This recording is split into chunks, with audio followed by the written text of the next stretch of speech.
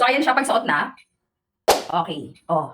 Adjustable to ha. Sinagad ko lang dun mismo sa mismong lock lang. Okay, gusto ko maiksi. Gusto ko lang. Para sa presyo niya, wala siyang magandang box na lagayan. Para sa akin, swak na to. Kung naghahanap kayo ng mga minimalist lang na mga necklace, ayan siya oh. Wala lang siyang magandang box na lagayan. Pero para sa akin, beb, eto okay na siya. Ang ganda ng pendant niya, ang ganda ng chain. Minimalist lang. Tingnan nyo naman. Ilalapit ko muna ng mabuti sa inyo yung mismong lock. So, tingnan mo mabuti yung lock. Ayan yung lock oh. Okay? Ops, ayan. Ops, ito yung chain. Lapit ko na mabuti yung chain ha. Ito kasing klase ng chain na to, hindi to basta-basta nangangalawang. Maniwala ka sa akin, de. Hindi kita pipilitin, kilala mo ko pag alam mong dehado, hindi ko ipipilit sa'yo. So, sa mga mahilig ng pendant na ganito, pa-flower effect, ayan yung pendant niya. Go for this.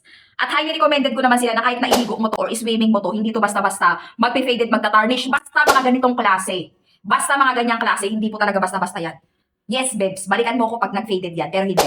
Wala lang siyang magandang box na lagayan. So, typical na normal lang, ganito lang yung mismong lagayan niya. Oh, pero yung performance maganda, susukat ko lang. Maiksi. Hindi ako mahilig sa mga mahahabang necklace. So, ayan, para at least, no, kitang-kita mismo yung pendant niya. Oh, ganun lang. Oh, di ba, be? Hindi ito basta-basta. Ako, maarte ako sa mga, sa mga jewelry. Maarte talaga ako. Dahil nangangati ako, guys. Pero to so far, so good. Skin friendly, hypoallergenic, tapos hindi basta-bastang nagpi-fade or nagta-tarnish. So, maglalagay ako ng link, try mo lang din. Ang lagi pang regalo. Kahit i-regalo mo sa sarili mo or sa loved one mo, good as good talaga.